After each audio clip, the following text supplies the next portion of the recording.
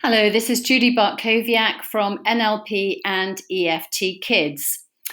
I'd like to talk to you today about what therapists mean when they refer to a child having a trauma.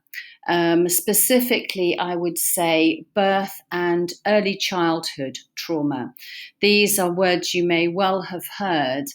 And I wanted to explain because the word trauma in therapy is quite different from trauma as you or I might use it with friends, where we might say, God, that was traumatic, or, oh, gosh, she was traumatized, or something like that. It's very different from a therapy point of view. And it's quite specific, in fact, more specific than you might imagine.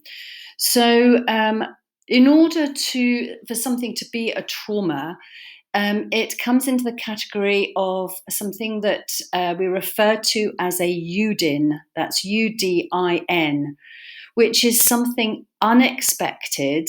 That's unexpected for the baby or child, not looking back as an adult or as a teenager, looking back and maybe from that point of view as a 10, 12, 13-year-old looking back, it might actually be quite expected. That a mum might be too busy to see your picture, or a dad might dismiss what you say, or whatever, or be angry with you. We're talking here about something that's unexpected from a baby or child's point of view. And I'll go into that in a lot more detail. So U for UDIN is unexpected. D is dramatic. Again, dramatic from the baby or child's point of view. Remembering, of course, that from birth to about the age of 2 or 3, your child only really has that reptilian brain, and it is going to feel it's going to be like a life threat. The younger they are, the more scary it's going to be. Really, really frightening and dramatic indeed. So dramatic means that the baby or child, feels that it's very dramatic. So unexpected, dramatic. The next one, I, is for isolating. In that moment, they feel completely isolated. They feel completely alone. Now, that can happen even if a mum or dad or family relative is there. It doesn't mean that they're physically alone. It means that in that moment, they feel alone. They feel like nobody is there for them. Nobody's maybe giving them what they need. They feel like they're completely alone emotionally. So that's the isolating bit. And then N in UDIN, N is for no strategy. In that moment, they have no strategy, no idea of what to do, which when you think about it, they're very young. These things happen between the ages of 0 in utero and 6. And as we know, from the age of 4 to 6, they're considered to be children that can be taught. They're in school. So, of course, they have a prefrontal cortex. They have a bit of a logical brain. Might sometimes seem not very logical. I remember certainly with mine thinking, what's going on here? It feels like not very logical, but certainly when you're talking about babies in utero, when you're talking about up to the age of 2 to 3, they're very much not able to have a strategy as such. So a UDIN is something unexpected, dramatic, isolating, and for which they have no strategy. I come across these many, many times. And when it may be perhaps described to a mum, they remember it happening, but they remember it from their point of view.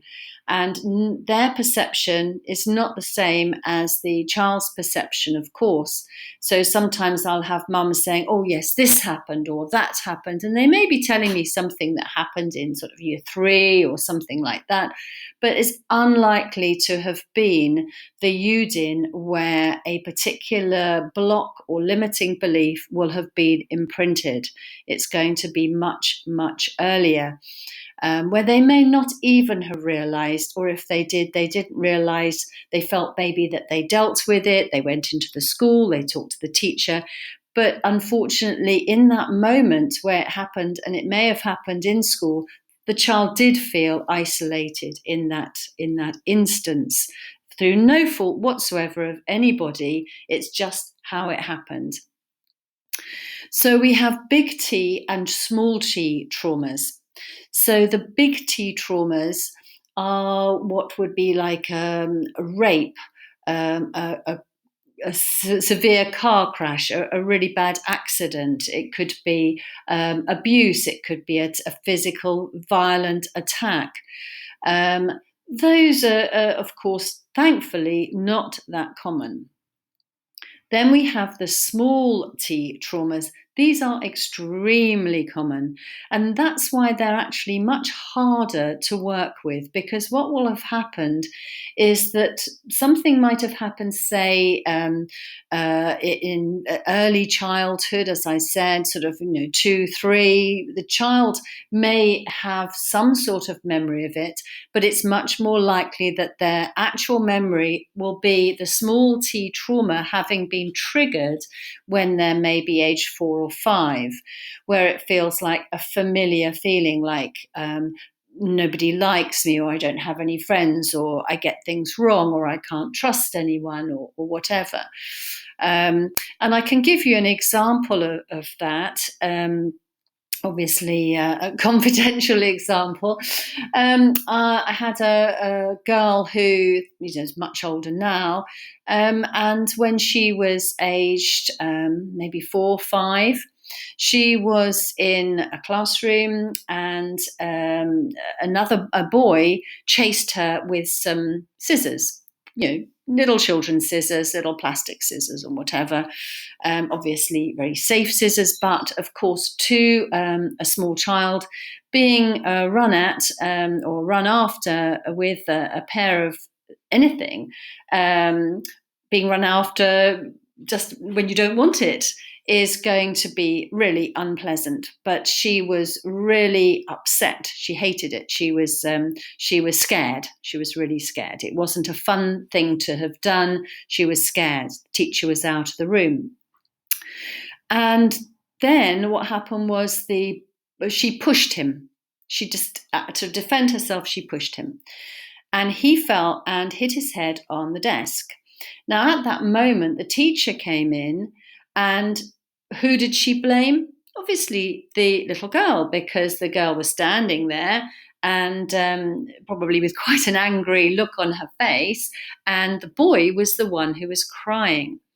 Now, in that moment when she was being told off by the teacher, she had a Yudin. This was unexpected. After all, she'd done nothing wrong. She was just pushing him away. Dramatic, yes, it was very dramatic. There'd been the chase with the scissors, there'd been the push, the head hitting, the crying, the teacher being angry. It was very dramatic. She felt isolated. The teacher was against her. Her mum wasn't there. The child was crying.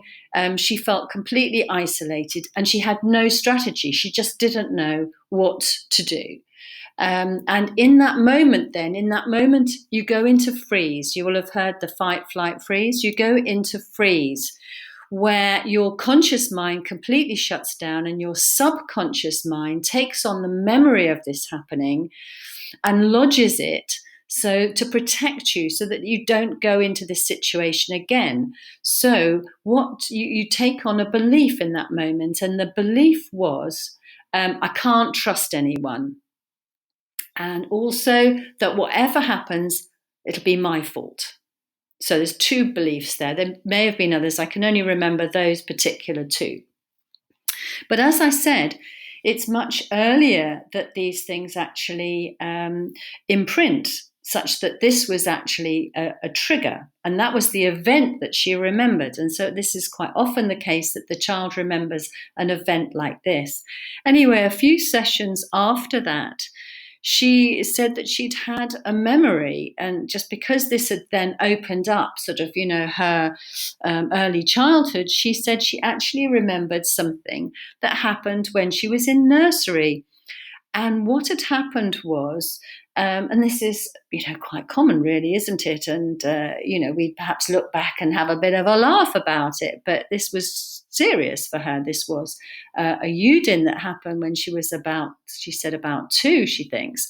And what had happened was that she'd farted. Now, little children, they do this all the time. Sometimes big children do too, of course.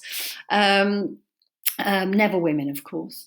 Anyway, so she had farted, and all the other little children had laughed, as you do, but she had felt like they were laughing at her, and that so it was a Yudin. It was unexpected.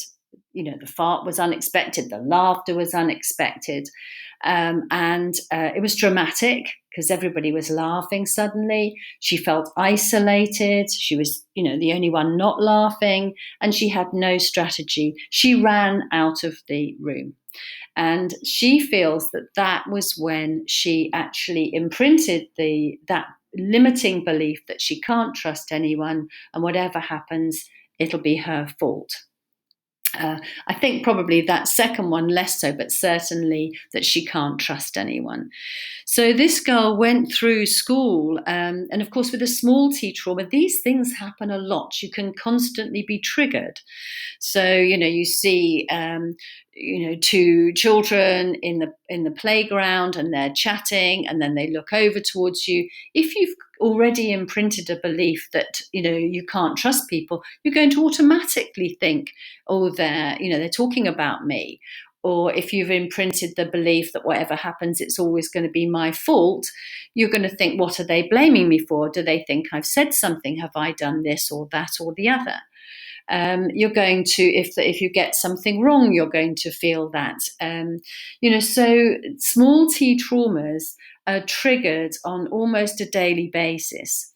And so when I'm working with teenagers, I know it's a bit of an old-fashioned word for it, is it, for the teens? When I'm working with teens and mums talking to me about how they're anxious, or they're this, or they're that, they get angry, they have very low self-esteem. What I do with the teen, after we've sort of really understood what the belief is that is triggered in the moment, as in now, in the current time, we then go back and we perhaps use timeline work, or we do some EFT tapping or some matrix reimprinting. We might do some PTT, some picture tapping, drawing, and so on, to find out when these beliefs have been triggered. Going back to find the earliest time that they're triggered, and then we can do some work with that in a younger version of themselves to really look at what they needed in that moment and allow themselves to change that imprint. I remember Bruce Lipton talking about, when if you imagine that your beliefs and your script for life, as it were, is sort of on a tape in your head, those beliefs, and you're just constantly running that tape. He said, if you want to change the tape, you can't just write over it. You actually have to erase what's there and re-imprint. So this is why we call matrix re-imprinting. We're actually re-imprinting a new, more resourceful belief. Now, as I mentioned earlier, a lot of beliefs get imprinted in the womb. Now, this is obviously quite a detailed and specialist one, but when you think that, say, the baby in the womb is connected to mum, and she picks up what mum is experiencing. So if mum has a bleed or a fear that something's happened to the baby, maybe the baby's really quiet, or maybe there's a problem between her and her partner, there's lots of shouting, the baby is picking that all up. And it's important when I do a matrix birth re-imprint, where we basically go through the birth, assuring the baby self that this is not about them. I know this is probably all very weird, and if this is something that you'd like to know more about, I think it's best discussed sort of one-to-one. But from the point of view of the baby, just remember that the birth should be led by the baby. So if the baby has come down and is aiming to come through the birth canal and is then taken out through emergency cesarean, which quite often happens and actually has happened a lot more in COVID because of sort of generally a more anxious and less relaxing birth environment in quite often. Certainly you can't generalize, but the ones I hear about obviously are the ones where they have been quite traumatic in the technical sense that I'm describing, in so much as for baby it was unexpected. They've got their head engaged, they're on their way, so it's unexpected to come out the top box, as it were. It's dramatic because, here they are ready to come, and then suddenly there's a change of plan. And you can quite often find that children who've had an emergency cesarean actually find coping with change very difficult. It's isolating because they feel they're on their own. It's been taken out of their hands, and there's no strategy. There's obviously nothing that they can do about it. So it's possible that when you're thinking, if you're listening to me and you've got a child or teen who seems to be particularly anxious or easily triggered, I mean, that's a perception, isn't it? What I mean is that if you look at what logically happened, or look at the event, or look at the situation, and you think, well, that seems a bit of an extreme emotion there. Remember that there's likely to be a belief that's been triggered that was from very much earlier on, and it could be something that you're not even aware of. In your conscious mind, it might be an event that you can vaguely remember, but of course you're remembering it from your point of view, which is obviously understandable, and not from the child's point of view. So enough about that. I'm just wanting to explain that when you read on my website that I do birth and early childhood trauma, I just wanted to really explain what trauma meant in that sense. That it is something quite specific. It's a UDIN, it's something unexpected, dramatic, isolating, and for which there's no strategy, and it will be from birth to age 6. And it will be something that for the child or the baby, it was like that. So it may be quite difficult to identify without using sort of what I call an energy healing technique, which will be, or art therapy, or something that you need a therapist for.